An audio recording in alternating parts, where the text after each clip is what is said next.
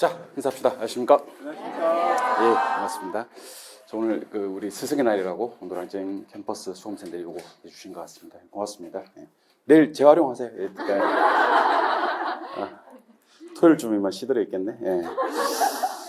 그러니까 예, 하여튼 고맙습니다. 예, 매번 이렇게 이맘때쯤 되면 이렇게 연락 오는 수험생들도 있고 나름 보람도 있는 것 같습니다. 저는 참 좋은 직업을 가진 사람 같아요. 예, 좋은 돈도 벌고 여러분들하고 이렇게 이럴 때마다 좀 감개무량하고 제가 뭐라고 아무것도 아닌데 하여튼 상당히 많이 감사드립니다. 좀 더 좋은 강의로 보답해 드리도록 하겠습니다.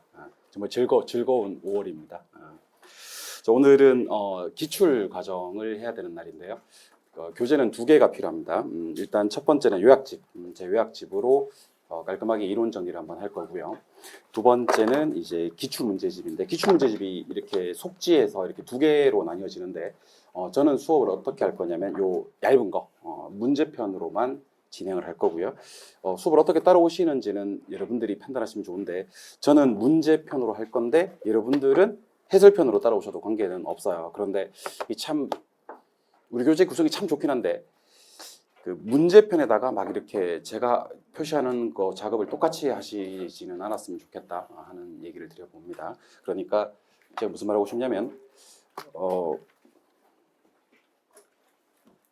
제가 지금 기출문제집을 수업을 진행할 거 아닙니까? 그죠? 네, 이렇게 진행을 할 건데 여기다가 뭐 어떤 부분은 틀렸고 어떤 부분은 맞다라고 표시를 할 건데 요거를 여러분들이 똑같이 해주시면 이건 여러분들의 실력이 아니란 말이야, 그지? 예, 그러니까 문제편에다가는 어떤 행동을 해도, 해설편에다가는 어떤 행동을 해도 관계는 없는데 그 문제편은 원칙적으로는 원본을 유지해 주셨으면 좋겠다. 그러면 쌤 어떻게 하라는 얘기냐? 제가 저한테 정해 보라고 한다면 저는 해설편으로 따라오셨으면 좋겠어요.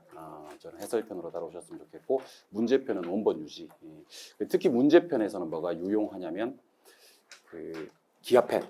기아펜 정말 좋습니다. 기아펜을 좀 적극적으로 활용해 주시면 좋을 것 같다라는 얘기를 드려봅니다. 기아펜을 좀 적극적으로 쿠팡에 한 번 더 시키세요. 부담이 돼야 돼. 기아펜이 막 이렇게 리필심이 한 300개씩 쌓여 있어야지 이래서는 안 되겠다. 내가 저걸 좀 써야 되겠다라는 생각이 들 거거든요. 계속 반복적으로 풀어보시면 좋을 것 같고 우리 수험생들이 이제 5월달, 6월달 즈음에서 가장 많이 하는 고민이 뭐냐면 이렇게 수업할 때는 알아듣겠는데 알아들을랑 말랑 하는 것 같은데 문제가 잘 안 풀린다. 아니면 문제가 풀리긴 하는데 약간만 응용이 되면 그게 그 문제인지 잘 모르겠다 하시는 분들이 계십니다. 물론 이제 부동산 학개론만 매일 할 수 있다면요. 응용도 잘 되실 거고 정리도 잘 되실 거고 암기도 크게 무리는 없을 건데 우리는 매일매일 과목이 바뀐단 말이에요. 그게 가장 큰 문제예요. 사실 공인중개사 시험은 과목이 너무 많아요. 그리고 게다가 어려운 과목들도 꽤 있고 그래서 여러분들이 힘들어하는 거란 말이에요, 그죠? 그런데 기출 과정을 듣게 되시면 상당히 그 어떤 간격이랄지 갭이 줄어들게 됩니다. 기출 과정에서 상당히 상태가 많이 호전되고 좋아집니다. 그러니까 기출 과정에 여러분들 공인중개사 시험 1년 수험 공부의 명운을 한번 걸어보시기 바랍니다. 기출 문제를 미리 풀어오시는 게 좋으냐 안 풀어오시는 게 좋으냐 이렇게 좀 말도 많고 그런데 일단 여러분들이 제 생각은 그렇습니다. 제 생각은 그 과목을 정하셔야 될 것 같아요. 미리 풀어올 과목을 정하셔야 될 것 같아요. 그러니까 우리 쌤들은 아마 자꾸 무책임하게 자기가 푸는 거 아니니까 미리 풀어오라 이렇게 얘기를 하시는 것 같은데 물리적으로 미리 풀어올 시간이 없을 수 있다는 얘기예요.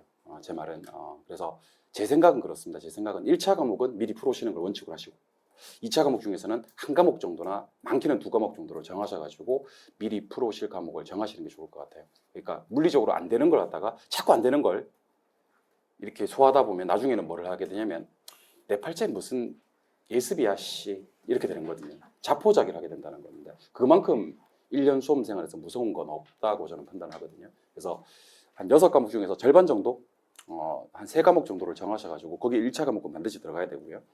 정하셔가지고 문제 미리 풀어오시는 건 정말 효과가 큽니다. 문제로 예습을 한다? 상당히 효과가 큽니다. 근데 또 예습을 하려고 하다 보니까 이런 문제가 생깁니다. 쌤 제가 예습을 하고 싶은데 뭘 알아야 미리 풀어올 거 아닙니까? 미리 풀면 다 틀릴 건데 그러다 보니까 그 해당 부분을 갖다가 이제 예를 들면 3월달, 4월달에 핵심 이론 강의를 보고 예습을 하고 다시 오려고 하다 보니까 그 과정이 너무 힘들어서 또 못하겠다 하시는 분들이 계시거든요. 그러면 지금 실력에서 이제 이론 과정을 한 번 이상 수업하신 분들 기준입니다. 이론 과정을 당연히 뭐 작년 11월 달부터 수업을 들으셨던 분들이나 1월 달부터 수업을 들으셨던 분들이나 아니면 뭐 작년에 안타깝게 이렇게 시험을 치렀으나 올해 재도전하시는 그런 분들은요. 제 생각은 지금 가지고 계신 실력을 그대로 측정하시는 것도 괜찮습니다. 그러니까 전혀 이론 정리를 하지 않은 채로 그리고 나서 여러분들이 하셔야 될 작업은 뭐냐면 채점까지는 해주셨으면 좋겠어요. 채점까지는 다른 것까지 복습도 필요 없어. 복습은 저랑 같이 하면 되는 거니까 채점까지. 그래서 우리가 메타인지라고 하는 거거든요. 그 단어가 있거든요. 메타인지라는 단어는 뭐냐면 알고 있는 것과 모르고 있는 것을 구분해내는 능력을 메타인지라고 합니다. 메타인지가 되면 참 좋아요. 이게 선택과 집중을 할 수가 있는 거거든. 그러니까 그 지금 가지고 계신 실력에서 시험을 바로 문제 예습을 미리 한번 해보시고 그다음에 내가 맞는 것과 틀리는 것만 구분해 오신 다음에 나머지는 저한테 맡기시면 제가 나머지 부분을 해결해 드리도록 하겠습니다. 이게 예습을 일단 다 전 과목 다 하시면 참 좋겠습니다만 전 과목을 다 못하겠다면 일단 첫 번째는 과목을 정하자. 두 번째는 정한 과목을 예습을 한다면 문제를 미리 풀어온다면 어디까지를 해오시면 좋으냐면 미리 이론 강의를 다 듣고 오실 필요도 없습니다. 사실은 없어요. 그러니까 지금 가지고 계신 실력에서 많이 틀리겠지. 틀려도 괜찮아요. 내가 지금 뭘 모르고 있다는 걸 객관적으로 잡아내는 거니까 그거 정말 좋은 거거든요. 걔를 시험장 가서도 모를 가능성이 상당히 많아요. 그러니까 지금 가지고 계신 실력에서 절반 이상 틀려도 좋으니까 지금 가지고 계신 실력에서 문제를 풀고 채점까지 해오자. 세 번째 더 중요한 건 뭐냐면 문제를 풀려고 집으로 보내놓으면요. 문제를 풀긴 푸는데 예습을 하긴 하는데 어떤 문제가 생겨버리냐면 예를 들면 지금 제가 부동산학의 체계가 총 몇 문제인지 좀 보여드릴게요. 부동산학의 체계가 총 6문제란 말이에요. 그죠? 6문제 맞나? 아니 7문제구나. 7문제란 말이야. 그럼 요거는 7분 끊어서 시간을 측정해서 문제를 푸시는 게 좋습니다. 7분 끊어가지고. 아시겠죠? 자, 1분에 한 문제꼴로 7분 끊어서 문제를. 제일 좋은 건 뭐냐면 그 스탑워치 기능이 되는 시계가 있으면 참 좋고 그게 없는 분들은 휴대폰에 스탑워치 시계가 되는 기능이 다 있거든요. 휴대폰에. 시계 가면 스탑워치. 그래서 어떤 느낌이 참 좋냐면 시간이 이렇게 초다리 밑에 다리들이 탁 움직이고 있는 마치 택시 타면 왜 말 달리지 않습니까? 요즘은 없는 것 같은데 올림픽 때 올렸는데 말이 달리기 시작하면 가슴이 그만 여기 중간에 내리고 싶은 그런 마음이 들죠. 요금이 팍 올라갈 때 그 느낌. 시험 그 모의고사 같은 거 치르실 때도 문제 풀릴 때도 그 느낌이 상당히 좋은 느낌입니다. 왜냐하면 시험장의 긴장감이 딱 그 긴장감이거든요. 심장의 긴장감이 시간 딱 가고 있고 나는 지금 지문 1번 읽고 있는데 벌써 막 15초가 있고 그 느낌. 그 느낌을 좀 여러분들이 자꾸 노출해서 느껴보시는 게 좋을 것 같다는 얘기를 드려봅니다. 그래서 요거는 7분 시간 측정해서 풀어보시면 좋겠고 그럼 부동산의 개념과 분류는 총 몇 문제인지를 먼저 보시는 거지. 몇 문제인지를 보니까 개념과 분류는 18문제야. 그럼 몇 분? 18분. 재서 문제를 미리 풀어보시면 좋을 것 같습니다. 그럼 시간 측정해서 문제를 풀 때 유의할 점은 15번까지 풀다 보니까 시간 18분이 다 갔어. 만약에 여기 지금 18문제였지 않습니까? 그죠? 근데 15분이 지났어. 15분이 지났는데 18분이 다 갔어. 그럼 어떻게 해야 돼? 15번까지 푸는데 잠깐만 15번까지 푸는데 18분이 다 가버렸어요. 그럼 어떻게 해야 돼? 패스가 아니죠. 그러면 패스하면 안 되고 그 못 푼 문제는 찍으셔야 돼요. 그리고 채점을 하셔야 됩니다. 찍으시고 채점을 하셔야 되는 겁니다. 자꾸 찍는 걸 갖다가 여러분들이 좀 등한시 하시더라고요. 무시하시고 찍는 거를 갖다가 엄청 무시하시더라고요. 그건 내 실력이 아니야. 여러분들 찍는 거 없으면 합격 못해요. 자기 실력으로만 공부해서 합격할 수 있는 사람이 몇 명이나 되겠습니까? 오늘은 많이 안 보입니다. 그러니까 찍는 거에 도움받지 않고 내 실력으로 정당하게 평가해서 합격을 할 수 있는 사람들이 도대체 몇 명이나 되겠냐고요. 찍는 거는요. 합격할 확률을 갖다가 20% 정도를 올려주거든요. 그러니까 찍는 것도 상당히 많이 연습해 보셔야 됩니다. 그냥 찍지 말고 앞에 보니까 뭐 몇 번이 많았던 것 같은데 하면서 나머지를 한번 찍어보는 거 이런 것도 좀 습관하시는 게 상당히 좋다라고 판단이 되거든요. 그리고 만약에 18문제 푸는데 한 6개 이상 찍었다. 그럼 다음엔 어떻게 하겠어요? 좀 속도를 높여야 되겠네? 아니면 못 푸는 문제는 날리고 풀 수 있는 문제에 집중해야 되겠네. 저 더 많은 문제를 풀어야 되겠네 라는 나름대로의 시간 배분하는 요령이 생겨버립니다. 그러니까 찍는 거 반드시 찍고 18분을 마무리하셔야 됩니다. 그러니까 만약에 그 체크가 안 돼 있는 게 한 개라도 있으면 그거는 여러분들 정말 찍는 건 많이 반성할 건 아닙니다. 뭐 다 찍으니까. 근데 체크가 안 돼 있는 거는 반성을 하셔야 되는 겁니다. 시험장 가서도 그럴 겁니까? 시험장 가서 만약에 40개 중에서 33개만 풀었다고 33개만 마킹하고 7개를 그냥 낼 겁니까? 그럼 그게 지금 연습이 되셔야 되는 거거든. 무슨 말 이해하셨죠? 예, 그러니까 적어도 제 생각에는 18분 차에 문제 풀고 있으면 안 된다라는 생각이 들어요. 18분 차 때는 내가 못 푼 문제는 뭐고 여기는 몇 번이라도 찍어야 되겠다라는 걸 계속 습관하시면 좋을 것 같아요. 그러면 찍는 걸 최소화하게 노력을 할 거고 찍는 걸 최소화하게 노력을 하다 보면요. 자기 나름대로 난이도 선별을 할 수가 있어요. 사실 공인중개사 시험은요. 난이도 선별만 끝나면 합격할 수 있는 시험입니다. 문제를 보자마자 이거 난이도 한 상쯤 되겠다. 정확하지 않아도 돼요. 난이도 중쯤 되겠다. 난이도 하쯤 되겠다. 이런 판단을 할 수만 있으면 우리는 모두 다 합격하실 수가 있습니다. 그래서 문제를 딱 보자마자 건드리면 안 되는 문제, 제끼는 거지. 요거는 반드시 풀어야 되는 문제, 푸는 거지. 요거는 시간 관계상 지금은 못 풀지만 나중에 시간이 있으면 풀 수 있는 문제. 그런 식으로 나름대로 시간이 더 있더라도 못 푸는 문제, 시간 관계없이 풀 수 있는 문제, 시간이 있어야지 풀 수 있는 문제, 이렇게 나름대로 어떤 인지를 하신 다음에요. 이런 문제들을 갖다가 다 일단 최대한 많이 풀어보시고 못 푼 문제는 찍는 것까지를 연습하시기를 바라봅니다. 아시겠죠? 네, 정리를 또 해드려야 됩니다. 정리하면 일단 기출문제 풀이부터는 예습을 하는 게 좋다. 첫 번째입니다. 한번 써볼까요? 기출문제 풀이는 예습을 하는 게 좋다. 근데 예습을 모든 과목을 다 하면 좋습니다만은 사실 물리적으로 불가능해요. 예습을 다 하는 건. 그래서 예습을 하는 건 좋습니다만 과목을 좀 정해서 과목을 한 3과목 정도 1차 동차시는 분들은 이제 1차 2과목과 2차의 중개사법 1차 2과목과 뭐 나름대로 공시세법 이런 식으로 나름대로 과목을 정하셔서 절반 이상 정도를 갖다 예습을 하시면 좋다. 두 번째는 예습을 하실 때는 예습을 하실 때 유의할 점입니다. 이론 정리를 하지 않는 것도 좋은 방법이다. 왜냐하면 내가 현 상태에서 지금 현 상태에서 알고 있는 것과 모르고 있는 것을 구분해낼 수가 있으니까. 근데 간혹 지금 시작하신 분들이 계셔요. 5월달, 6월달에 처음 시작을 하신 분 계십니다. 지금 제 질문글에 보면 쌤 제가 동차 합격을 목표로 5월달부터 시작했습니다라는 분도 계십니다. 아마 학교 다닐 때 이렇게 전교권에서 공부를 하셨던 분들 아니면 멘사 알죠? 멘사. 그러니까 IQ가 이제 한 160, 뭐 180 뭐 이런 데 되시는 분들이 거나 아니면 이제 제정신이 아닌 거지. 제정신. 지금 이제 생초짜로 이제 동차 합격한다. 물론 이제 물리적으로 불가능한 건 아니지만 정말 열심히 하셔야 됩니다. 정말 열심히 하셔야지 동차 합격이 가능하지 않나라는 생각이 듭니다. 그런 분들은 이게 한 개도 적용이 안 됩니다.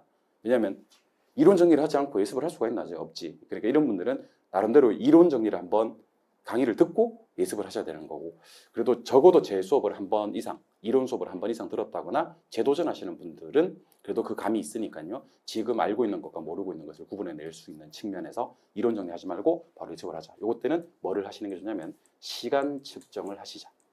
시간 측정을 하셔서 대신에 못 푼 문제는 뭐 하자? 찍자.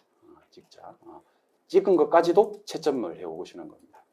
채점을. 그러면 여기서 이제 어떤 부류로 갈려지냐면 찍은 것이 채점 상황에서 맞는 것도 있고 틀리는 것도 있을 거예요. 그죠? 그럼 쌤 찍었는데 맞았는데 이것도 실력이야. 그것도 실력입니다. 아주 큰 실력입니다. 그거는 여러분들 그 우리 수학의 확률 통계라 확통이라고 있거든요.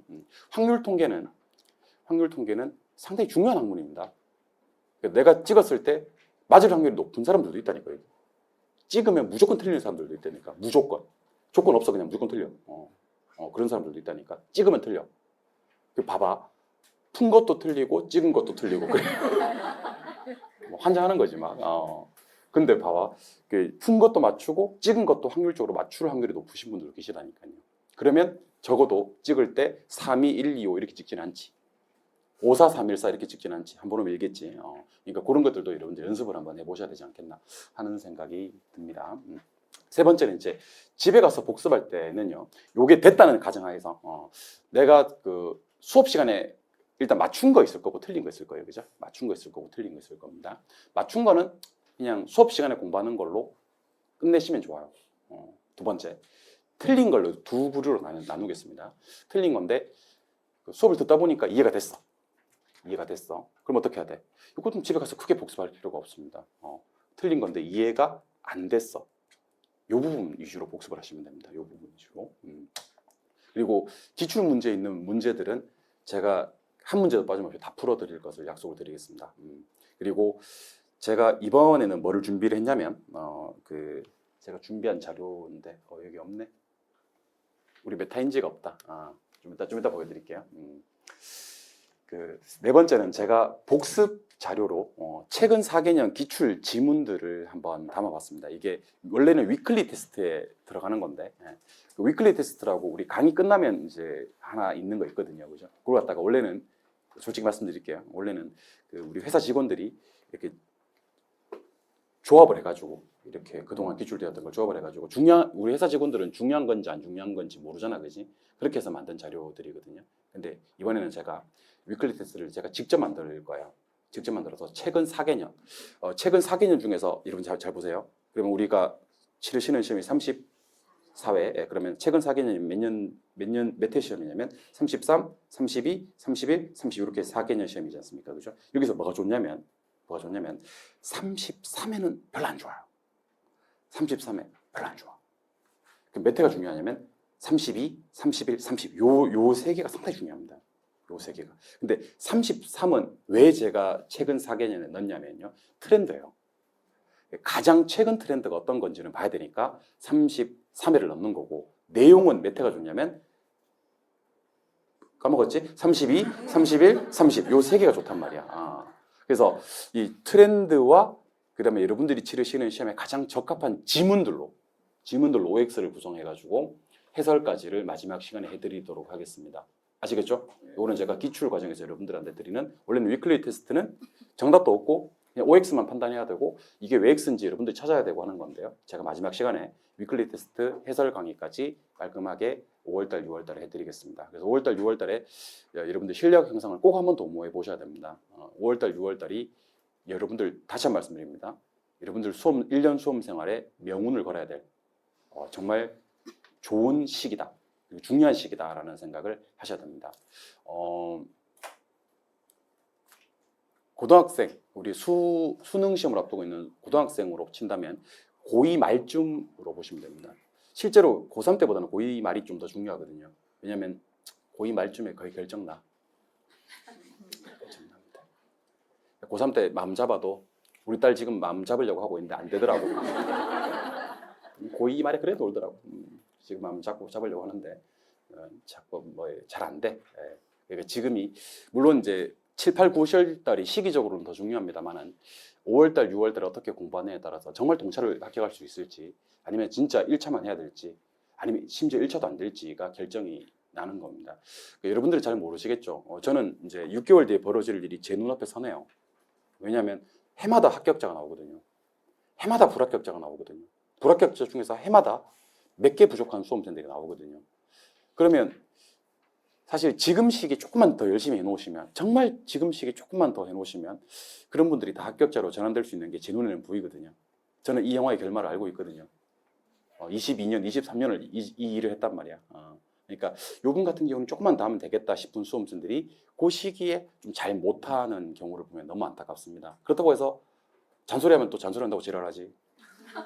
뭐라고 하면 또 뭐라 한다고 지랄하지. 소리 지르면 소리 지른다고 지랄하지.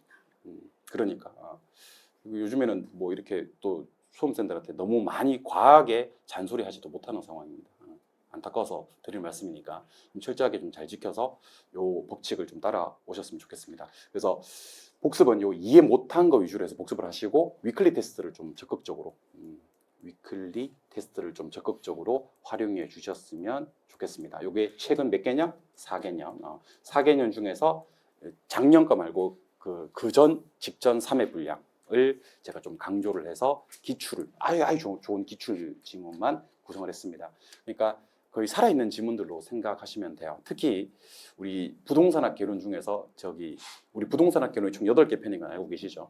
총론, 시장론, 정책론, 금융론, 개발론. 한 번 더. 총론, 시장론, 정책론, 금융론, 개발론. 요 5개 파트는요. 아까 제가 소개해드렸던 그 33회 빼고 32회, 31회, 30회 기출 지문들을 갖다가 재구성을 해요. 그래서 그 30회 때 4번 지문에 있었던 거 하나 내고 그 다음에 31회 때 2번, 3번 하나 가져오고 그 그다음에 32회 때 또 1번, 5번 지문 가지고 와서 지문 5개를 만드는 경향이 있습니다. 거의 비슷하게. 그래서 근데 우리 수험생들은 그게 똑같은 거라는 건 모르는 거지. 우리는 알지. 우리 전문가들이니까. 아, 요거 몇 회건 몇 회건 몇 회건 짬뽕 시켰구나라는 걸 알지. 그렇게 구성되는 경우가 많으니까 기출 지문을 열심히 따라오시면 좋을 것 같다. 그럼 이상한 공부를 안 해도 되는 겁니다. 제가 아마 그 지난번 모의고사 치고 여러분들 상심해 있을 때 그런 얘기를 많이 드렸을 겁니다. 여러분들 모의고사 못 치셔도 된다. 내가 낸 모의고사만 잘 치면 된다라고 얘기를 드리는 바가 있습니다. 좀 자신 있게 얘기를 드렸지 않습니까? 그죠? 제가 그런 말씀을 드리는 이유가 제가 내는 모의고사가 표준이에요. 저는 절대로 그 모의고사 같은 거 칠 때 제 성향을 좀 안 섞으려고 합니다. 근데 우리 쌤들이 그 자기 주관을 좀 많이 넣어요. 그러니까 자기한테 배웠던 사람들은 점수가 좀 나오고 자기한테 안 배웠던 사람은 점수가 좀 안 나오고 그게 좀 있어. 근데 나는 안 걸리려고. 이게 시험과 적합해야 돼요. 시험과.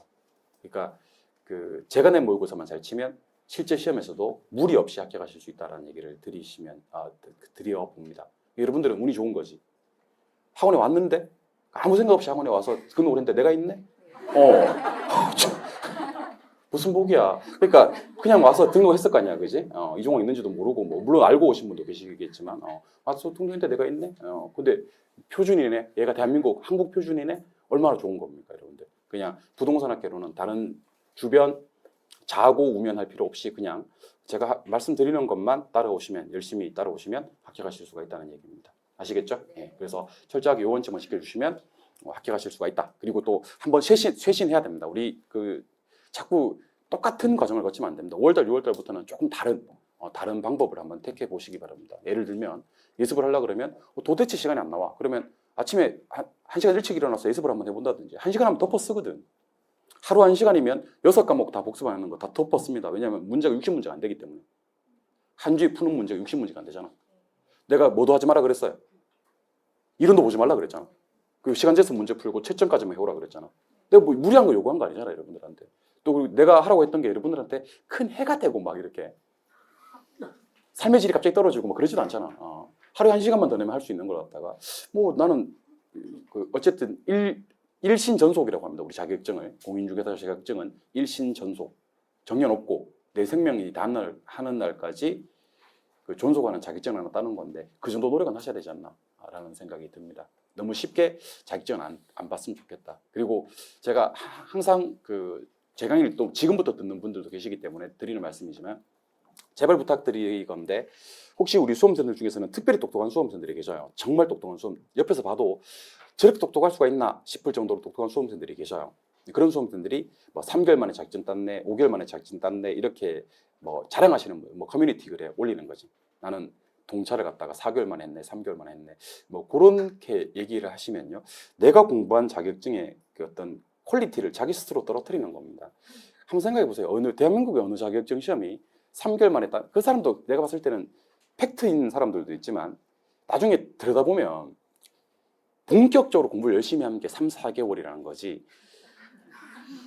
알고 보니까 뭐 14개월 했어. 근데 10개월은 그냥 가방만 들고 학원 왔다 갔다 하고 그냥 동영상 대충 못 보고 했다가 4개월은 정말 집중적으로 열심히 했다. 그 얘기인 것 같은데 제발 부탁드리건데 내가 공부하는 자격증의 퀄리티를 자기 스스로 그렇게 커뮤니티 공개된 글에 일반인들이 보는 글에 그렇게 낮추지 않았으면 좋겠습니다. 그러니까 자꾸 우리 의뢰인들이 매도 의뢰인들이 중개업자를 약간 무시하는, 나중에 심지어 잔금 칠 때 중개 수수료를 깎는, 중개 보수를 깎는.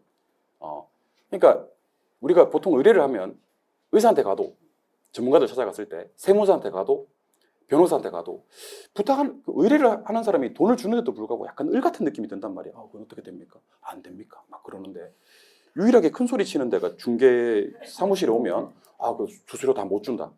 좀 깎자. 비싸다. 막 이런 얘기를 하는 겁니다. 그러니까 자꾸 그런 퀄리티를 공부하신 분들이 좀 스스로 낮추는 경향도 제가 봤을 때는 없잖아. 여러분들이 다 그렇다는 얘기가 아니고. 그러니까 갑자기 화내서 미안한데 나중에 혹시 뭐 6개월 만에 자격증 땄네, 4개월 만에 자격증 땄네라고 하는 글이 있으면요, 다 우르르 몰려가서 집단 린치를 가하시기 바랍니다. 전문 용어로 다구리라고 하는데 한번 담궈주시면 좋을 것 같습니다. 아시겠죠? 다시는 그런 얘기 못하게. 그러니까 우리가 공부하는 자격증의 퀄리티를 왜 그렇게 스스로 낮추는지 모르겠다라는 생각이 드는 거죠. 자기 공부 잘할 수도 있지 뭐. 근데 그 자랑을 왜 거기서 하지? 인정받을 부모님한테 하면 좋아해요. 부모님한테 엄마 나 이거 원래 남들은 1년 만에 따는 자격증인데 4개월 만에 땄어. 그러면 우리 아들 잘했어. 그렇게 부모님들은 좋아합니다. 부모님한테 해. 불특정 다수한테 그런 얘기를 하지 않았으면 좋겠다. 그러면 열심히 공부해서 이 공부를 하시고 이 자격증에 대한 자부심을 갖는 여러 수험생들한테 많은 피해, 이게 유무형의 피해를 피할 거거든요. 그러지 않았으면 좋겠다 하는 얘기를 드립니다. 쌤 나도 그러면 앞으로 공부 열심히 해서 자격증 따서 절대로 그런 얘기 하지 않을게 라고 생각하시는 분들이 계실 수가 있는데 여러분들은요 일반적으로는요 그냥 그런 생각 안 해도 돼. 열심히 해도 잘 안 돼. 그러니까 제가 아까 얘기했던 건 원래 학교 다닐 때도 왜 그런 애들 있잖아. 좀 공부 잘하면서 재수 없는 애들 있잖아. 그런 애들이 꼭 이 중개사 그런 애들은 따면 안 되는데 꼭 와서 이걸 따서 막 그런 자랑질을 하고 말이야. 그런 수험생들이 있단 말이야.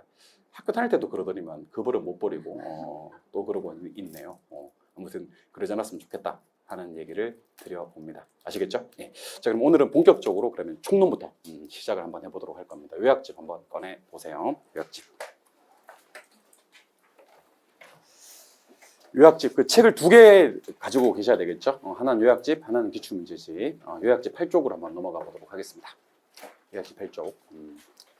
자, 지금 보고 계시는 파트는 부동산학의 기초인데 최근 10년간 한 번도 시험에 출제된 적은 없습니다.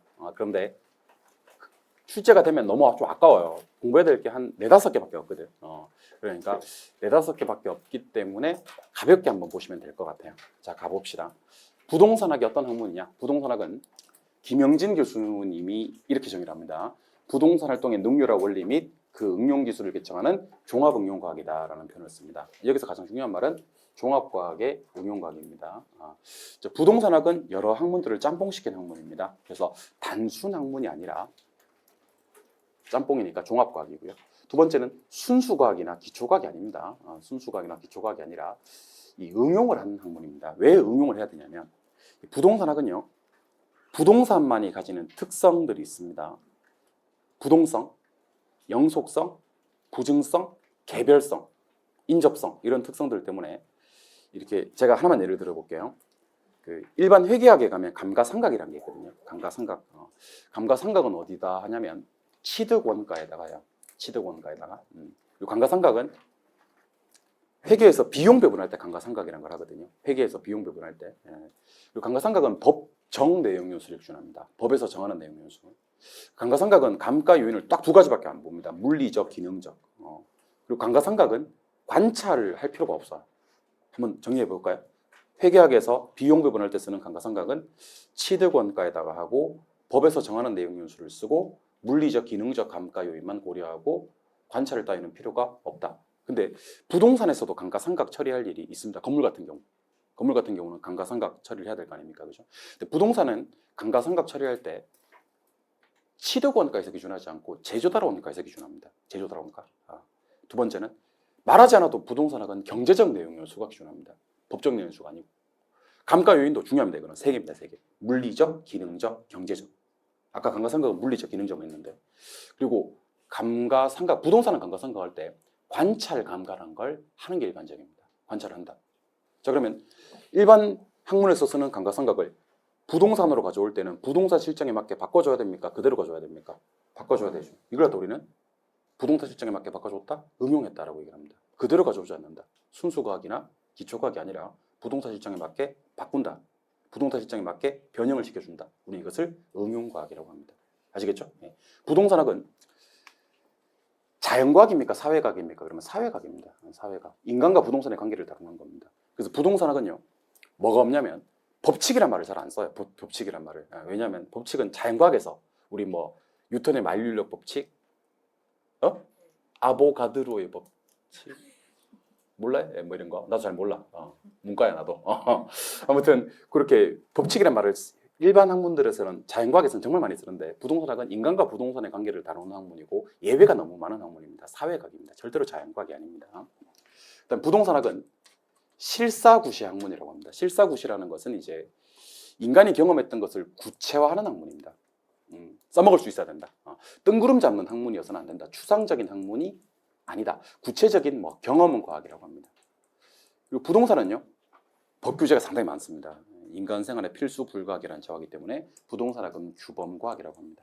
이런 것들은 그 노트에 새기지 마시고 지금 가슴에 한번 새겨 보시기 바랍니다. 둘 중에 하나 고르세요. 부동산학은 단순 학문입니까? 종합적인 학문입니까?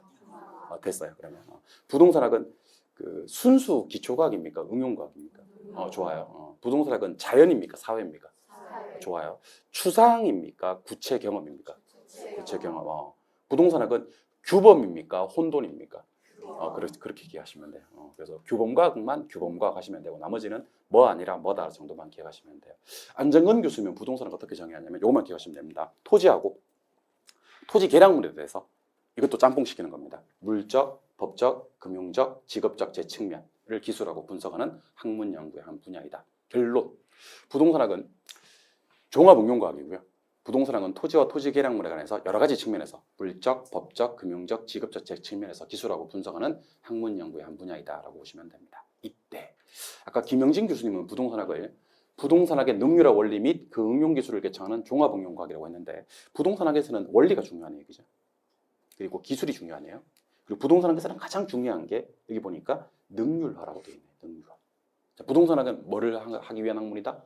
능률화하기 위한 학문인데 두 가지를 능률화해야 됩니다. 하나는 원리, 또 하나는 기술입니다. 원리는 이론적인 측면이고 기술은 실무적인 측면인데 여기서 중요한 게 하나 있습니다. 이론할 때는 무슨 성이 중요합니까? 그러면 과학성 하시면 돼요. 실무할 때는 무슨 성이 중요합니까? 그러면 기술성 하시면 됩니다. 그래서 이렇게 암기 한번 해볼게요. 저 따라 한번 해보세요. 이과, 실기. 문과보다는 이과 쪽이 실기가 좀 더 중요하다 이렇게 보시면 돼요. 이과, 실기, 이과, 실기. 이론할 때는 무슨 성? 과학성. 그게 이과예요. 이과. 실무할 때는 무슨 성? 기술성. 그게 실기야, 실기. 이과에서는 실기가 좀 더 중요하다고 생각하시면 돼요. 부동산학에서는 과학성과 기술성 중 뭐가 중요할까요? 이렇게 물으면요. 둘 다 중요하다고 하셔야 됩니다. 부동산학은 과학성만 강조된다 그래도 틀리고 기술성만 강조된다 그래도 틀려요. 이론적인 측면의 과학성과 실무적인 측면의 기술성이 둘 다 강조된다. 그럼 하나 더 해볼까요? 부동산학은 이런 문제가 시험 나온 적이 있어요. 대인활동입니까? 대물활동입니까? 이렇게 나온 적이 있어. 대인활동일까? 대물활동일까? 그러면 이것도 마찬가지로 둘 다입니다. 사람을 대상으로 합니까? 물건을 대상으로 합니까? 네, 대인활동인 동시에 대물활동이다. 과학성이 중요해요? 기술성이 중요해요? 과학성과 기술성 둘 다 중요. 부동산 활동은 대인활동입니까? 대물활동입니까? 대인활동인 동시에 대물활동 둘 다라고 얘기해 주시면 되는 겁니다. 아시겠죠? 네, 다시 한 번 더 해볼게요. 자, 부동산학은 단순입니까? 종합입니까? 순수입니까? 응용입니까? 기초입니까? 응용입니까? 응용입니까? 자연입니까? 사회입니까? 추상입니까? 구체 경험입니까? 그리고 규범각에서 그것도 가지고 있죠. 예, 그래서 부동산학은 뭐 하면 맞는지 알려드릴게요. 종합, 응용, 사회, 구체 경험. 그리고 여기는 없지만 규범 그러면 맞아요, 안 맞아요? 맞고 단순 아니죠? 기초, 순수, 자연, 추상. 이거는 외우지 마시고 여러분들이 그래도 1년 동안 저랑 부동산학을 공부하시면서 적어도 부동산학이 종합이라는 거, 단순 아니라는 거, 응용이라는 거, 순수 기초 아니라는 거. 그 다음에 자연이라는 거, 사회라는 거, 미쳤나봐. 사회라는 거, 자연 아니라는 거, 구체 경험이라는 거, 추상 아니라는 점은 알고 계셨으면 좋겠습니다. 아시겠죠? 좋아요. 이 정도는 여러분들 뭐 필기하고 이러지 말고 이 앉은 자리에서 끝내시면 좋을 것 같아요. 알겠죠? 그리고 제가 앞으로는 요 수업은 안 합니다. 앞으로 이제 마지막 만나자마자 이별이네요. 부동산학의 기초 부분은요. 제가 수업 통틀어서 5월 달에 처음 하고 앞으로는 안 할 겁니다. 나올 때마다 부동산학이 어떤 학문이라고 알고 계시죠? 하고 넘어갈 거예요, 그냥. 그러니까 집중해서 들으시면 돼요, 대신에 제가 머릿속에 넣어드리겠습니다. 이렇게 하고 넘어가도 머릿속에 넣어드립니다. 자, 갑니다.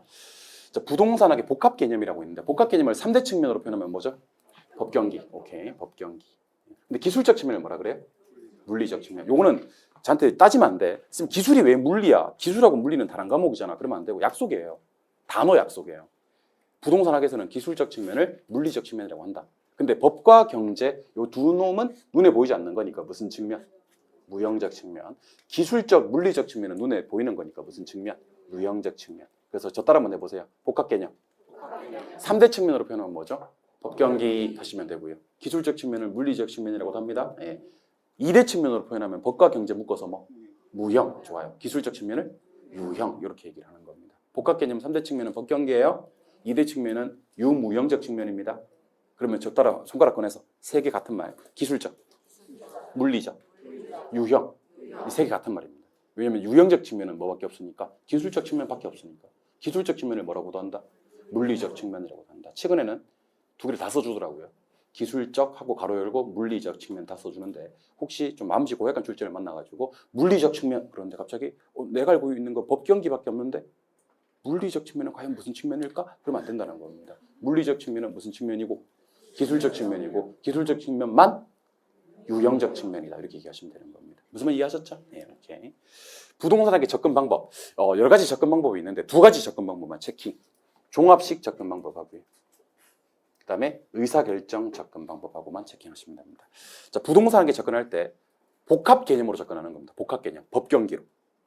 이렇게 법경기를 짬뽕시켜서 복합 개념으로 접근하는 것을 종합식 접근이라고 하고 우리나라 부동산학의 역사는 1970년에 처음으로 만들어진 학문이기 때문에 이제 겨우 50년 넘은 학문입니다. 이제 겨우. 단기간에 우리 부동산학이라는 학문을 정착시키는 데 크게 기여한 접근 방식이 법경기의 짬뽕, 복합 개념으로 접근한 종합식 접근입니다. 의사결정 접근은요. 정부가 굳이 개입 안 해도 될 것 같은데 개인의 자유로운 의사결정에 맡겨놔도 될 것 같은데 하는 접근 방법입니다. 그럼 개인을 믿어 안 믿어? 믿어. 인간은 합리적인 존재라고 가정하는 겁니다. 그러니까 자기 이윤을 극대화하는 존재다. 그러니까 냅둬도 지가 알아서 잘 의사결정할 거다라고 접근하는 게 의사결정 접근입니다. 그래서 두 가지 접근 한번 해볼게요. 법경기가 뜨고 복합 개념으로 접근하고 우리나라 부동산학을 단기에 정착시키는데 크게 기한 접근은 종합식 하시면 되는 거고 인간을 믿는 거죠. 자유로운 의사결정을 믿는 겁니다. 인간은 상당히 합리적인 존재고 자유로운 자기 이윤을 극대화하기 위한 그런 존재니까 인간의 합리적인 의사결정에 맡겨놔도 되지 않겠느냐 하는 접근 방법을 의사결정 접근이라고 한다. 그 접근 방법 두 가지 참고하시면 돼요. 아시겠죠? 지금 표정 너무 심각한데 이거는 너무 최근 10년간 나온 적은 없어요. 나오면 맞추라고 제가 하는 거이기 때문에 약간 부담감을 좀 떨쳐내고 들어주시면 좋을 것 같습니다. 아시겠죠? 네. 너무 심각해 지금. 부동산학의 지도 이념 세 가지가 있긴 한데 두 가지만 기억하시죠. 부동산학의 지도 이념은 이용 잘하자는 측면과 분배 잘하자는 측면입니다. 이거 틀린 사람 없겠지. 이용 잘하자 무슨 성? 효율성. 분배 잘하자 형평성. 그러면 여러분들 느낌에 민간 부문에서는 조금 더 뭐가 강조될 것 같아요? 효율성이 좀 더 강조될 것 같고 공공 부문에서는 뭐가 좀 더 강조될 것 같아요? 형평성이 좀 더 강조가 되겠죠. 참고로 말씀드리면 용도지역지구제라는 게 있습니다. 용도지역지구제. 용도지역지구제 어디서 배우십니까? 공법에서 배우시죠. 공법 어디서 배우십니까? 국토의 계획 및 이용에 관한 법령에서 배우시죠. 거기 용도지역이란 거 한번 소개해 드릴까요? 토지를 경제적 효율적으로 이용하고 공공복리를 증진하기 위해서 서로 중복되지 아니하게 지정하는 도간농자. 도간농자가 뭐죠? 도시지역, 관리지역, 농림지역, 자연환경 보전. 도시지역 안에는 뭐가 있나요? 주거지역, 상업지역, 공업지역, 녹지지역. 주거지역 안에는 뭐가 있나요? 전용, 일반, 준주거. 못하진 않죠 이거. 내 잘못은 아니야 이거 못하나. 아무튼 용도지역지구제는 여러분들 느낌에 이용 잘하자는 건가요? 분배 잘하자는 건가요? 이용. 어울리는 애들끼리만 이용하게끔 이용을 잘하자는 주입니다. 그럼 지역지구제는 토지를 경제적, 효율적으로 이용하고 효율성을 강조하는 겁니다. 오케이? 그럼 이번에는 이거 한번 해볼게요. 개발권 양도제도. 영어로는 뭐죠? TDR. TDR에 대해서 좀 소개해드리겠습니다. 여러분 여기 개발할 수 있어요. 여기 그 갑이 땅을 가지고 있는데 개발할 수 있어요? 개발이 가능해. 근데 5층까지밖에 개발 못 하겠어 일단은. 여기는 을이 땅을 가지고 있는데 여기는 보전지역이에요. 보전지역이에요. 그럼 이거 형평성에 맞아 안 맞아? 페어합니까? 납페어합니까? 납페어하지. 얘는 땅 잘 만나서 개발할 수 있고 말이야. 얘는 땅 잘못 만나서 개발 못 하고 말이야. 그러면 원래 소유권 안에 미국에 가면 소유권 안에 뭐가 있냐면 개발권이라는 게 있거든요. 개발권을 영어로는 DR이라고 해요. 뭐라고 한다고요? DR. 개발이 디벨롭먼트. 권리가 right예요. 권리가 right. 그러면 디벨롭먼트 right 그럼 뭐죠? 아니 개발이 디벨롭먼트고 권리가 right라고. 그러면 디벨롭먼트 right가 뭐죠? 개발권을 소유권으로부터 분리를 딱 시켜요. 원래 소유권 안에 있었던 개발권을. 그래서 이 DR을 인근 토지로 옮기는 거야. 그러면 얘한테 이제 10층까지 짓게 해주는 거지. 원래 5층밖에 못 짓게 해주다가. 그러면 이 6층부터 10층까지 지을 개발권은 갑이 을한테 보상해주고 사오는 거예요. 이게 개발권 양도제도가 됩니다. 그럼 개발권 양도제도가 실시가 되면요. 갑은 개발할 수 있고 없고 얘는 원래 개발할 수 있고 을은 여기서는 개발을 못하지만 인근 토지로 뭐해서 옮겨서 좀 더 정확하게 얘기하면 인근 토지로 뭐해서 자기 개발권을 양도해서 팔아서보다는 이제 제목을 좀 개발 개발권 팔아제 좀 이상하잖아, 그지? 개발권 팔아제 좀 이상하니까. 개발권 양도제니까. 인근 토지로 개발권을 뭐 해서? 양도해서. 그러면 개발권 양도해주면, 자 보세요. 얘도 개발할 수 있고 얘도 개발할 수 있잖아요. 이제 페어해요, 안 페어해요? 상당히 페어하네요. 이게 TDR 제도는 형평성을 추구하기 위한 정책이다라고 보시면 됩니다. 아무래도 공공 부분에서는 물론 효율성도 좀 중요해야 되겠지만 약간 상대적으로는 형평성을 좀 더 강조한다는 측면이 있습니다. 이용 잘하자 하는 게 무슨 성? 효율성, 주로 어디에서? 민간에서. 분배 잘하자, 무슨 성? 형평성, 주로 어디에서? 공공에서. 지역지구제는 토지를 경제적 효율적으로 이용하고 공공복리를 증진하기 위해서 서로 중복되지 아니하게 지향하는 거고, 이용 잘하자는 거니까 무슨 성 추구? 효율성 추구. 개발권 양도제도는요, 아니 보전지역의 토지 소유자들도 개발할 수 있게 만들어주자. 물론 여기서는 개발을 못하지만 인권 토지로 뭐해서? 양도해서. 그러니까 형평성을 추구하기 위한 정책입니다. 말 나온 김에 한번 보세요. 자, 지역지구제는요, 이용 규제, 직접 개입, 간접 개입 중에서 뭐를 하기 위한 제도죠? 이용 규제. 자꾸 얘는 이용입니다. 이용. 직접 개입도 아니고 간접 개입도 아니야. 얘는 이용을 규제하기 위한 정책입니다. 그리고 TDR은 이거 보셔야 됩니다. 현재 우리나라에서 시행되고 있는 제도가 아니다. 이게 핵심이야. 현재 우리나라에 시행되는 제도가 아니다. 이거 말고도요, 공개택 초토. 공개택 초토가 먼저 한번 알려드릴게요. 공환지세 우리나라에 있어요, 없어요? 없어요. 개발권 양도제 방금 했지. 우리나라에 시행되는 제도가 아니. 택지 소유 상한제 현재 우리나라에 실시되는 제도가 아니다. 토지 초과 이득세 현재 우리나라에 시행되는 제도가 아니다. 그리고 종합이란 말이 붙는데, 자 대답하세요.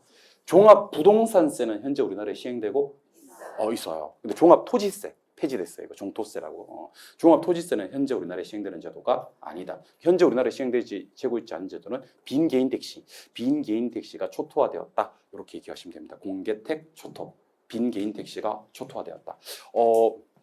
노량진에서 제가 술을 마신 거예요. 비는 부슬부슬 와요. 근데 시간이 12시 새벽이죠. 새벽 12시 반이에요. 보통 제가 이제 쌤들하고 술 마시면 제가 막내기 때문에 형들을 먼저 태워 보내요. 내가 예의가 바르다고, 응? 술 먹고 나면 형들을 다 고상철 대리 잡아주고, 잡아주고 형들을 다 보낸단 말이야. 그러면 내 혼자 남으면 이제 그때부터 택시가 안 잡히기 시작합니다. 혼자, 그러니까 비는 부슬부슬 오고, 난 노량진에 있고, 응? 빈 개인 택시는 초토화되었고, 뭐 그런 상황입니다. 응? 비는 오고, 택시는 다 예약돼 있고, 안 잡히고, 블루를 불러도 안 되고, 블랙을 부르면 오기는 올 건데 너무 비싸고 막 그런 상황이야. 뭔 말인지 모르는구나. 아무튼 지금 어떤 상황이라고요? 이종호는 노량진에 있고 비는 부슬부슬 오고 시간 12시가 넘었고 빈 개인 택시는 초토화되어 있는 그런 상황입니다. 아시겠죠? 공개택 초토가 뭐죠? 모르시는군요. 공환지세, 개발권 양도제, 택지소유 상한제, 토지 초과 이득세, 종합토지세, 이 5개는 현재 우리나라에 시행되는 제도가 아닙니다. 이번에는 부동산학의 연구 대상과 연구 분야인데, 연구 분야는 한번 참고하시면 되고요. 연구 대상만 좀 볼게요.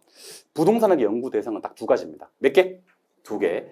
부동산에서 야기되는 여러 가지 현상에서 부동산 뭐야? 현상. 인간이 부동산을 대상으로 전개하는 게 부동산 활동. 그래서 이거 한번 대답해 보세요. 부동산 활동의 주체는 누구다? 인간이다. 그래서 대인 활동이고요. 뭐를 대상으로 한다? 부동산을 대상으로 한다. 그래서 대물 활동입니다. 그래서 부동산 활동은 대인 활동이에요, 대물 활동이에요? 그러면 둘 다다 하시면 되고, 이거는 저 따라 한번 읽고 넘어갑니다. 부동산학의 연구 대상 시작. 부동산 현상, 부동산 활동. 그럼 부동산만 빼면요, 연구 대상에는 현상 활동이 있는 거예요. 연구 대상에는 현상하고 활동이 있는 거예요. 부동산학의 연구 대상에는 뭐가 있다고요? 부동산 현상과 부동산 활동이 있다. 한번 읽었던 기억만 있으면 돼요. 좋아요? 안 좋아요? 좋아요. 고마워요. 이번에는 부동산학의 일반 원칙이 있습니다. 부동산의 일반 원칙은 4가지 원칙이 있습니다. 능한 경공이 있는데, 자, 따라해보세요. 능한 경공. 이 중에서 가장 중요한 게 뭘까? 능률성이야. 왜 능률성이 가장 중요한지 알려드릴게요. 우리 부동산학의 정의는 부동산 활동의 능률화 원리 및 그 응용 기술을 개청하는 종합응용과학이라고 했던 거 기억납니까? 진짜 기억납니까? 부동산학은요, 정의가 부동산 활동의 능률화예요. 능한 경공이 있는데 능률성이 가장 중요합니다. 근데 능률성은요, 2가지 능률화가 중요합니다. 하나는 소유할 때 능률화, 2번째는 거래할 때 능률화. 자, 소유하는 동안에는 무슨 이용을 해야 됩니까? 최유효 이용을 해야 되고요. 거래할 때는 뭐가 돼야 됩니까? 거래 질서가 확립이 돼야 됩니다. 그럼 시험에서 밖에서 나오면 어떻게? 보세요. 소유할 때는 거래 질서가 확립이 돼 있어야 되고 거래할 때는 최유효 이용을 해야 된다. OX, X. 소유하는 동안에는 뭐를 하죠? 이용을 하죠. 그때는 무슨 이용? 최유효 이용. 거래할 때는 뭐가 확립이 돼 있어야 돼? 질서가. 거래 질서가 확립이 돼야 됩니다. 바뀌면 안 된다는 거. 오케이? 그리고 정말 중요한 단어 한번 소개해드리겠습니다. 아, 이거 한번 읽어볼까? 이거 한번 읽어봐요. 최유효. 자, 최유효 이용은 그냥 한마디로 표현하면 최고 최선의 이용을 얘기하는 겁니다. 최고 최선의 이용. 부동산을 이용할 때 더 하이스트 앤 베스트로 한번 유지해보자. 이게 최유효 이용입니다. 자, 그럼 토지를 최유효 이용해야 되는 이유를 좀 알려드리도록 하겠습니다. 최유효 이용해야 되는 이유. 감정평가의 전제가 됩니다. 감정평가에 뭐가 된다? 전제. 자, 우리 감정평가할 때는 항상 최유효 이용이 전제됩니다. 현재 이용이 최유효 이용이 아니라 할지라도 최유효 이용이 전제돼서 감정평가 이루어진다는 것을 기억하셔야 됩니다. 근데 안타깝게도 감정평가에 관한 규칙이라는 조문이 있습니다. 두 글자로 뭐라 그래요? 감칙. 감칙에는 최유효 이용이 있어 없어? 없어. 감칙에는 최유효 이용이 없다. 그 얘기를 왜 하는데? 시험에 나왔어요. 시험에 감칙 규정에 직접 규정이 없는 내용은 무엇인가 이렇게 나왔어요. 1번 시장가치 기준의 원칙. 있어 없어 이거? 있어. 두 번째 현황 기준의 원칙. 개별 물건의 기준의 원칙. 감정평가의 방식. 최유효 이용. 없어. 최유효 이용은 감칙에는 없는 내용입니다. 법조문에 없는 내용이라고. 평가할 때는 어떻게 평가해야 되는데? 최유효 이용을 전제로 평가해야 되는데 얘는 어디에는 없다? 감칙에는 없다. 두 번째, 최유효 이용을 왜 해야 되죠? 왜? 자, 토지는 남아돌아야 부족해요. 왜요? 부증성. 부증성 하신 분들 참 감사드려요, 여러분들. 기특하고 대견하네요. 왜 희소하고 부족하냐면요. 부증성. 막 찍어낼 수 있는 재화가 아니라니까. 그래서 최유효용을 해야 됩니다. 두 번째. 자, 여러분들 만약에 학생의 한 반에 한 명밖에 없어요. 그러면 시험 쳐서 1등 뽑아내고 2등 뽑아내고 할 실익이 없잖아요. 최유효용은 1등 뽑아내는 거거든요. 그럼 학생이 여러 명이야. 그럼 시험 쳐서 1등 뽑아내야 되겠지. 토지도 마찬가지입니다. 용도가 획일적이라면 굳이 뭐 최유효용하고 나발이고 없지 뭐 용도가 획일적이라면. 근데 다행히 토지 용도는 뭐 하더라? 다양하더라. 그럼 이 토지에 가장 적합한 용도 한 놈 뽑아내야 되겠네? 그게 뭐예요? 최유효용. 그러니까 이 토지에 가장 적합한 용도를 찾아주는 게 최유효용이거든.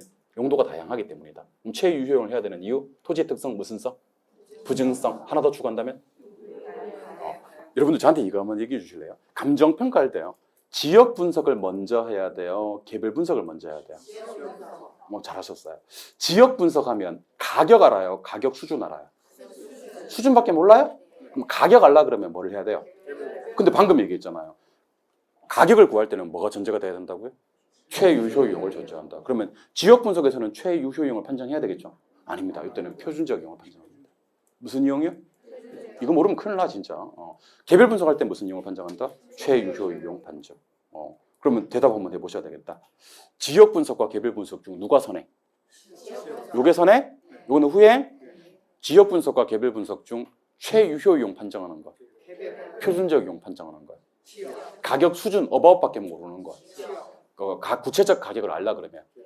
왜 구체적 가격을 알라 그러면 개별 분석을 해야 되냐면 감정 평가할 때는 최유효 이용을 전제로 부동산의 가격을 구해야 되기 때문입니다. 그러면 얘는요. 지역 분석에서 최유효용을 판정해요. 개별 분석에서 최유효용을 판정해요. 개별 분석에서 최유효용을 판정한다 하시면 되는 겁니다. 지금부터 최유효용의 모든 것. 자, 최유효용은 갑니다. 최유효용은 감정평가에 뭐가 되는 거다? 전제가 된다. 하지만 감칙 규정에는 없다. 법 규정에는 없는 거다. 두 번째, 최유효용을 왜 하죠? 희소하고 부족하니까 부증성. 다양한 용도로 제공될 수 있었으니까 용도의 다양성. 최유효 이용은 무슨 분석에서? 개별 분석에서 하는 것이다. 이렇게 얘기하시면 됩니다. 그리고 나머지는 한번 봅시다. 부동산 활동의 속성. 자, 부동산 활동은 이과, 실기. 이론할 때는 무슨 성? 과학성. 실무할 때는 기술성. 둘 다 중요한 거 맞아요? 예. 전문성. 자, 1차 수준은 비전문가가 하는 거고요. 2차 수준은 업무 관련해서 하는 거고요. 3차 수준은 전문가가 하는 거예요. 자, 그러면 제가 감정평가 가지고 한번 얘기해 볼게요. 감정평가. 부동산 소유자가 자기 부동산을 감정평가했대요. 몇 차 수준? 1차. 감정평가사가 감정평가했대요. 몇 차? 3차. 뭔 2차래. 감정평가사가 감정평가했는데 3차는요. 그 업무를 하고 돈을 받아요. 아시겠어요? 두 번째. 여러분 중개업자는 중개를 많이 해요? 감정평가를 많이 해요? 감정평가를 훨씬 많이 해요. 중개업자는 깝깝해. 중개업자는요 감정평가를 훨씬 많이 합니다. 자, 전화 걸어서 내 거 얼마 받을 수 있어요? 10억이요. 내 거 얼마 받을 수 있어요? 8억이요. 내 거 얼마 받을 수 있어요? 6억이요. 이거 해야 안 해요? 그게 다 중개로 연결돼야 안 돼요? 안 돼요. 뭐가 된다고? 그게 다 중개로 연결되면 나도 강의 안 합니다, 여러분들. 내 공인중개사 자격증이 있거든, 네. 그래도 공인중개사 하지. 그러니까 매일매일 감정평가 안 하는 날은 없어요, 중개업자가. 근데 매일매일 중개 안 하는 날은 많아요. 근데 중개업자는 자신의 중개 업무와 관련해서 매일매일 감정평가를 하는데 완전한 비전문가라고, 시세의 비전문가라고 보기는 어렵습니다. 그죠? 중개업자가 감정평가하는 짓을 몇 차? 2차. 그럼 중개업자는 뭐 할 때 수수료 받지? 중개할 때 수수료 받지. 감정평가하고는 수수료 못 받아요. 그게 2차예요. 근데 완전한 비전문가라고 보기는 어려운 사람들. 그래서 완전한 비전문가는 몇 차? 1차. 전문가는 3차. 업무 관련해서 매일 그 업무를 하는데 그 업무의 전문가는 아닌 경우를 2차라고 합니다. 이해하셨죠? 윤리. 4가지 윤리가 있습니다. 종업원과 지켜야 될 윤리. 고용윤리라고 합니다. 업자 간에 지켜야 될 윤리. 조직윤리라고 합니다. 업자 간에도 윤리가 있어요. 조직윤리. 그 다음에 의뢰인과 지켜야 될 윤리. 서비스윤리. 일반 대중들과 지켜야 될 윤리. 공중윤리입니다. 그래서 여러분들 고용윤리, 조직윤리, 서비스윤리, 공중윤리 요거 4개 다 지키시면요. 절대로 구속당하지 않습니다. 여러분들. 아시겠죠? 네, 요 4윤리를 철저하게 지키시면요. 돈을 잘 못 벌어. 돈을 잘. 그래서 어쨌든 4가지 윤리가 있습니다. 종업원과의 고용윤리, 업자 간의 조직윤리, 의뢰인과의 서비스윤리, 대중과의 공중윤리가 있어요. 부동산 활동은 대인활동인가요? 대물활동인가요? 둘 다라 그랬죠. 그리고 정말 중요한 얘기가 있습니다. 여러분들 탁상활동의 반대말이 뭘까요? 그렇지, 임장활동이거든요. 근데 부동산 활동은 탁상활동 해야 되지만 특히 임장활동이 중요하거든요. 부동산을 움직이지 않으니까. 그 임장활동은요, 이거 모르시면 큰일 납니다. 무슨 성? 부동성. 부동성 때문에 임장활동. 부동산 움직여 안 움직여? 누가 움직여? 사람이 움직여야 돼. 이걸 임장활동이라고 합니다. 아시겠죠? 예. 공간활동은 3차 공간인데 3차 공간이 먼저 알려드릴게요. 요 수평, 공중, 지하 요 3가지를 얘기하는 겁니다. 참고로 수평 공간을 이용할 수 있는 권리를 지표권이라고 불러요. 공중 공간을 이용할 수 있는 권리를 공중권이라 불러요. 지하 공간을 이용할 수 있는 권리를 지중권 하기도 하고 지하권 하기도 합니다. 근데 우리가 뭐 이런 거 있거든요. 유역주의, 선용주의 하는 거 있어요. 물을 이용할 수 있는 권리 중에 물을 골고루 이용합시다. 유역주의. 먼저 온 사람한테 독점권을 부여합시다. 선용주의. 그리고 뭐 물 및 토지 소유권이라고 해서 이렇게 하천이 흐르고 있어. 근데 이 하천 소유권을 개인에게 주는 경우도 있고 안 주는 경우도 있습니다. 오는 배가 왔다 갔다 할 수 있느냐 없느냐를 가지고 구분하는데 항해가 가능할 때는 소유권을 가장자리까지만 주고 하천 소유권은 개인에게 안 줘요. 근데 항해가 불가능할 때는요 하천의 가장자리까지 소유권을 줘버리거든요. 근데 이걸 필기하고 계신 분들은 시간 나오는 게 아니고 방금 제가 말씀드렸던 물을 사용할 수 있는 권리는요 요 지표권의 내용에 포함됩니다. 무슨 권? 지표권. 지하권이 아니다. 그 정도만 기억하시면 될 것 같아요. 아시겠죠? 예. 그리고 좀 조심하셔야 될 거. 지표 아래는 하권 그러잖아, 그지? 근데 지표 위를 갖다가 지상권 하지 않는다는 거, 공중권 한다는 걸 기억하셔야 됩니다. 그러니까 지표, 지하, 공중이라고 합니다. 이걸 왜 지상권이라고 하지 않냐면 이걸 지상권이라고 해버리면 민법에서 배우시는 지상권과 동영상 들으시는 분들은 지금 공사 중인가 봐요. 드릴 소리 들리나요? 드르르 이렇게 공사 중인 것 같습니다. 이거 좋아. 나는 약간의 그 생활 소음은 공부하는데 좀 도움이 된다고 생각합니다. 지금 다 깼어요. 나는 이거 좋아하거든. 약간의 소음 좋습니다. 좋아. 아저씨 약간 죽이 있네. 리듬이 있는 사람이에요. 일을 할 때 나도 리듬 타는 사람인데 조 아저씨도 리듬을 타시는 분임에 틀림이 없습니다. 할 때 됐는데 이번에는 또 리듬 때문에 못 탔네. 아무튼 그렇습니다. 자, 그러면 문제 좀 풀어볼게요. 문제 좀 풀어보시겠습니다. 자, 문제 한 몇 개만 풀어볼게요.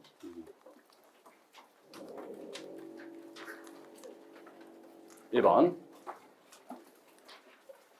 첫 페이지 1번 피셨어요? 보겠습니다. 자, 부동산 학에 대한 설명이다. 틀린 것을 찾아라 그랬습니다.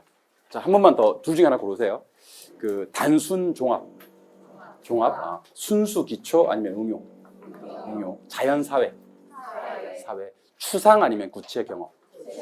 규범 안 규범? 좋아요. 부동산학을 순수과학과 응용과학으로 구분할 때 부동산학은 무슨 과학에 속한다? 응용과학이다. 좋아요. 맞죠? 네. 부동산학의 연구 대상이죠. 연구 대상에는 부동산 뭐하고? 현상하고 활동이 있다. 현상 활동 두 가지가 부동산학 연구 대상 맞습니까? 예. 부동산학의 접근 방법. 자, 들어가기 전에 저한테 대답해 주셔야 됩니다. 인간은 합리적인 존재야. 자기 이윤을 극대화하는 존재라니까. 그 자유로운 의사결정에 맡겨놔도 돼. 하는 건 무슨 접근? 의사결정 접근. 법경기, 복합 개념으로 접근하고 우리나라 부동산학을 단기간에 정착시키는데 크게 기한 접근은 뭐야? 종합시키는 아십니까? 예. 여기 보시니까 법경기 떴어요. 그리고 복합 개념이란 말이 떴어요. 이렇게 접근하는 게 무슨 식 접근이라고요? 종합식 접근. 종합식 접근 방법 맞습니까? 4번. 부동산학은 다양한 학문과 연계되어 있다는 점에서 종합학문적 성격이다. 부동산학은 종합학문이에요? 예. 부동산학의 일반 원칙에서 안전성의 원칙은 소유할 때 최유효이용이 지켜져야 된다. 여러분들 소유할 때 최유효이용이 지켜져야 되고 거래할 때 거래 질서가 확립이 돼야 된다는 건 맞잖아. 근데 이것은 소유와 거래를 각각 안전하기 위해서입니까? 능률적으로 하기 위해서입니까? 능률적으로 하기 위해서입니다. 이게 능률성의 원칙에 맞선되는 거다. 안정성이 중요한 게 아니다. 능률성이 중요한 거다는 것을 꼭 좀 기억해 주셨으면 좋겠습니다. 이해하셨습니까? 소유할 때 최유효 이용, 거래할 때 거래 질서가 확립이 돼야 되는 것은 뭐 하기 위해서다? 능률적으로 하기 위해서다. 그래서 이 문제 답은 몇 번? 5번이 되는 그런 문제입니다. 아시겠죠? 그러니까 안전성 때문에 일단 걔를 안 물어 시험에서. 왜? 안궁. 우리 부동산학에서는 뭐가 궁금해? 능률성이 궁금하다니까. 능률성. 안전성은 틀린 말이에요. 답은 5번. 2번. 부동산학의 학문적 성격에 대한 기술이다. 다음 중 틀린 것을 찾아라 하는 문제입니다. 자, 1번에서 가장 중요한 말은 요 단어입니다. 부동산학은 종합, 응용, 사회. 다 맞나 이거? 예. 2번에서 제일 중요한 글자는 종합, 응용. 이게 다 맞나 이거? 예. 부동산학은 깜짝 놀랐네. 추상적인 학문이 아니라 깜짝 놀랐지? 아니라 현실의 부동산학을 대상하는 구체적인 경험과학이다. 경험과학 맞아요? 예. 4번. 부동산학이 추구하는 가치를 민간 부분에 한정해 볼 때는 효율성보다는 형평성을 중시하게 된다. 자, 여러분들 지금부터 기출 시험이니 기출 문제 풀이 과정이니까 잘 들으셔야 됩니다. 우리 문제 풀다가 뭐뭐보다는 이렇게 나오는 경우가 있습니다. 뭐뭐에 비해라는 말이 나오는 경우가 있습니다. 그리고 뭐뭐 대신에 이런 말이 나오는 경우가 있습니다. 그러면 요 단어들은 일단 안 보시는 걸 원칙으로 하시기 바랍니다. 안 보시면 문제가 되느냐? 문제가 되는 경우는 거의 없어요. 뭐 앞에를 보지 말자? 뭐 앞에를 보지 말자? 보다 앞에를 보지 말자. 뭐를 보지 말자?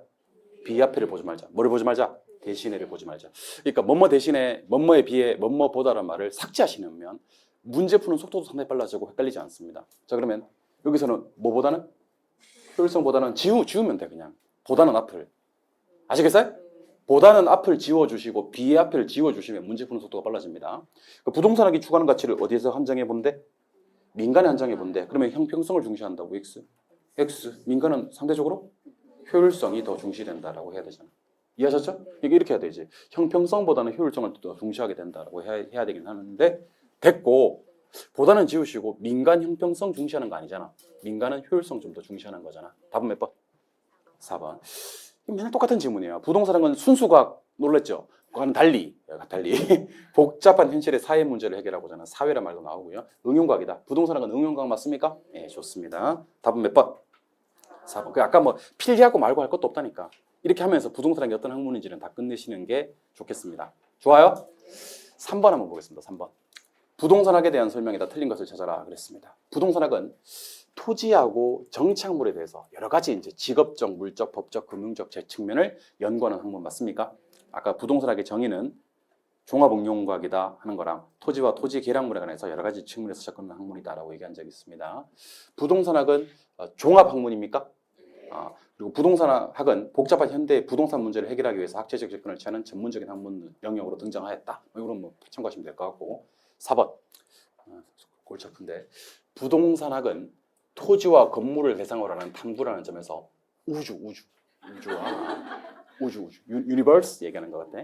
그럼 지구, earth, 기본 원리를 탐구하는 물리학, 지구과학 같은 순수과학이라고 한다. 다 틀린 말이에요. 이 우주도 아니고 우주를 왜 탐구해? 지구도 아니고 물리학도 아니고 지구과학도 아니고 특히 순수과학은 아니죠. 부동산학은 무슨 학문이죠? 응용각입니다. 응용각. 그대로 가져오지 않습니다. 응용각입니다. 맞죠? 답은 몇 번? 4번. 5번.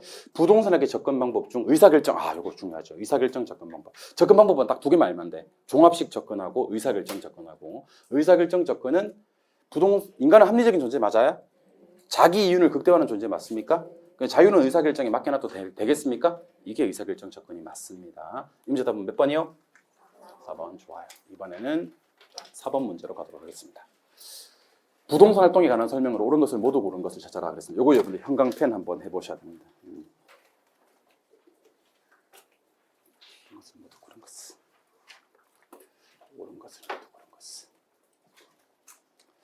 여러분들 옳은 것은으로 출발해서 시험에 나오는 게 두 개가 있거든요.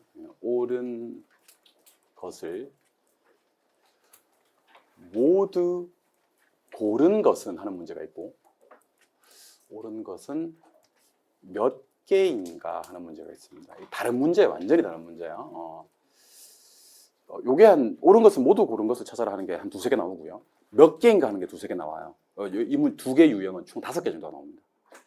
옳은 것을 모두 고른 것은 하고 옳은 것은 몇 개인가 하는 문제로 난이도로 보여드리겠습니다. 옳은 것을 모두 고른 것은 할 때 난이도를 표현하면 모두 고른 것은 난이도가 하예요. 하. 근데 옳은 것은 몇 개인가는 난이도가 상입니다. 그래서 여러분들이 만약에 둘 중에 하나 취사 선택을 한다면 몇 개인가는 지문이 어떻게 나오겠어? 1개, 2개, 3개, 4개, 5개 이렇게 나오겠지. 요거는 엔간하면 풀지 마. 아시겠어요? 스킵 전략을 쓰시기 바랍니다. 근데 옳은 것은 몇 개인가 하는 것이 아니라 옳은 것을 모두 고른 것을 찾아라 하는 문제는요. 난이도가 낮아요. 상당히 낮습니다. 이런 문제는요. 스킵하지 마시고 반드시 푸셨으면 좋겠다라는 얘기를 드려봅니다. 그럼 얘는 지문 5개 어떻게 나오는지 아세요? 기역 디귿, 기역 미음, 니은 니을, 니은 디귿, 기역 니은 니을 이렇게 나와요. 아시겠어요? 그럼 이런 문제는 왜 난이도가 하냐면요. 지문을 다 안 읽어도 답을 찾을 수가 있습니다. 통상 2개. 이거 여러분들은 잘 모르지만 문제 내는 사람끼리는요. 우리끼리만 아는 어떤 루틴 아니면 룰 같은 게 있어요. 룰. 그 룰을 어기면 이 사람 문제 좀 이상했는데 이렇게 얘기를 하는 겁니다. 업신여김을 당하는 거지. 그러니까 이런 문제는요. 지금 기역, 니은, 디귿, 니을, 미음에서 지문이 몇 개 나와 있죠? 5개 나와 있죠. 근데 통상적으로 몇 개? 2개. 진짜 많이 읽으면 3개까지야. 3개까지 읽으면 답이 나오게 돼 있다니까. 특히 개론은 이게 좀 심해. 아시겠어요? 그러면 우리는 문제를 풀면서 뭐를 하셔야 되냐면 이렇게 요 작업을 꼭 하셨으면 좋겠습니다. 요 작업. 무슨 작업? 소거 작업. 소거 작업을 반드시 하셨으면 좋겠습니다. 소거 하라면 해야 돼. 여러분들 이거 앞으로 모의고사 칠 때 아니면 미리 예습 배울 때 소거 작업 꼭 하시기 바랍니다. 아시겠죠? 뭐 해야 된다고요? 일단 옳은 것은 몇 개인가는요. 몇 개인가는 기역부터 미음까지 다 봐야 돼. 소거 못해. 걔는 다 봐야 돼. 그리고 중요한 건 뭔지 압니까? 5개 다 알아야 돼. 여러분들 5개 다 아는 경우가 많다 적다? 그 중에 1개를 좀 어려운 질문을 낸단 말이야. 그래서 맨날 옳은 것은 모두 몇 개인가? 3개 체크하면 답은 4개야. 4개 체크하면 답은 3개고. 그러니까 시간은 시간대로 잡아먹고 오답률이 높다는 거지. 공략하지 마. 그러니까 여러분들 버려야 될 건 버려야 됩니다. 60점 시험이잖아. 근데 옳은 것은 모두 몇 개인가가 아니라 옳은 것을 모두 고른 것은 정말 쉬운 문제입니다. 가볼게요. 기억. 자, 부동산 공간은요. 공중 있어? 지표 있고? 아까 제가 이렇게 얘기하라 그랬지. 지하 있고. 지상 하지 말라 그랬지. 공중이라 하라 그랬어. 3차원 공간 맞습니까? 그럼 기억 맞아 안 맞아? 맞는 순간 뭐는 답이 아니야. 3, 4는 답이 아니지. 이 작업이 무슨 작업이지? 소거하고 있는 거지. 맞아요? 이걸 전문용어로 뭐라 그래요? 1타 3피. 1개 읽었는데 3개 떨어져 나가네. 그럼 누구 싸움이야? 그러니까 1번, 2번 싸움인데 니은하고 디귿 싸움이네. 니은 한번 읽어보자요. 니은. 읽어보면 부동산은요. 사회성, 공공성이 있는 재산을 다루므로 거래 당사자는 윤리적으로 행동할 필요가 없으나 부동산 업자에게는 높은 윤리성이 요구된다. 그러니까 업자는 높은 윤리성이 요구되는 거 맞지? 거래 당사자들은 개판쳐도 된다. 윤리적으로 행동할 필요 없고 막 이렇게 막 고성방가하고 막 강도도 하고 막 그래도 된다는 얘기 같은데 거래 당사자들도 윤리적으로 행동할 필요가 있죠. 당연히 둘 다 윤리적으로 행동해야 되겠죠. 말도 안 되는 소리죠. 니은이 뭐 하는 순간 틀리는 순간 답은 몇 번? 2번이 됩니다. 실제로 이 작업을 하는 사람들이 많지 않습니다. 혹시 몰라서 디귿을 읽어봅니다. 혹시 몰라서 리을을 읽어봅니다. 혹시 몰라서 미음을 읽어봅니다. 왜 그런지 아십니까? 요게 보통 시험장에 들어가시면 1번부터 3번 사이 이 문제가 있거든. 왜냐하면 총론이거든. 그러다가 민법 70번부터 80번까지를 찍고 나옵니다. 그러니까 어차피 나중에 가면 째가 될 문제들이 있을 수가 있습니다. 그런데 적어도 요 작업을 해서 가장 많은 문제에 노출될 수 있는 사람이 되었으면 좋겠습니다. 옳은 것은 모두 몇 개인가는 난이도가 옳은 것은 모두 몇 개인가 아니고 옳은 것을 모두 고른 것은 난이도가 하짜리입니다. 반드시 속어 작업을 하시기 바랍니다. 요 원칙을 철저하게 지켜주시는 분들은요 최대한 많은 문제를 풀 수가 있습니다. 우리 속어 열심히 해서 팔자 고칩시다. 아시겠어요? 디귿은 보긴 봅시다. 일반적으로 일반 소비 상품을 하는 활동과는 달리 장기적 배려 형성이 된다. 장기 맞습니까? 장기는 무슨 성과 관계가 돼요? 좋아요. 아주 속성 좋아요. 부동산 활동의 주체가 인간이라는 점에서 대물 활동은 아니고 대인 활동이다. 아니지. 대물 활동인 동시에 대인 활동이고 체계적인 이론 활동이 강조되므로 기술성보다는 과학성. 기술성과 과학성이 모두 강조가 된다. 둘 다 중요하다 그랬죠? 네, 리얼 틀리고. 부동산 활동을 임장 활동. 자, 임장 활동을 해야 되는 이유는 무슨 성 때문이죠?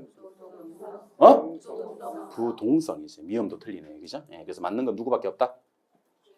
기억하고 디귿밖에 없다. 잠깐 필기 하나 할까요, 우리? 예, 필기 하나 합시다. 여기 말고 이제 우리는 거기다 필기하면 되겠지.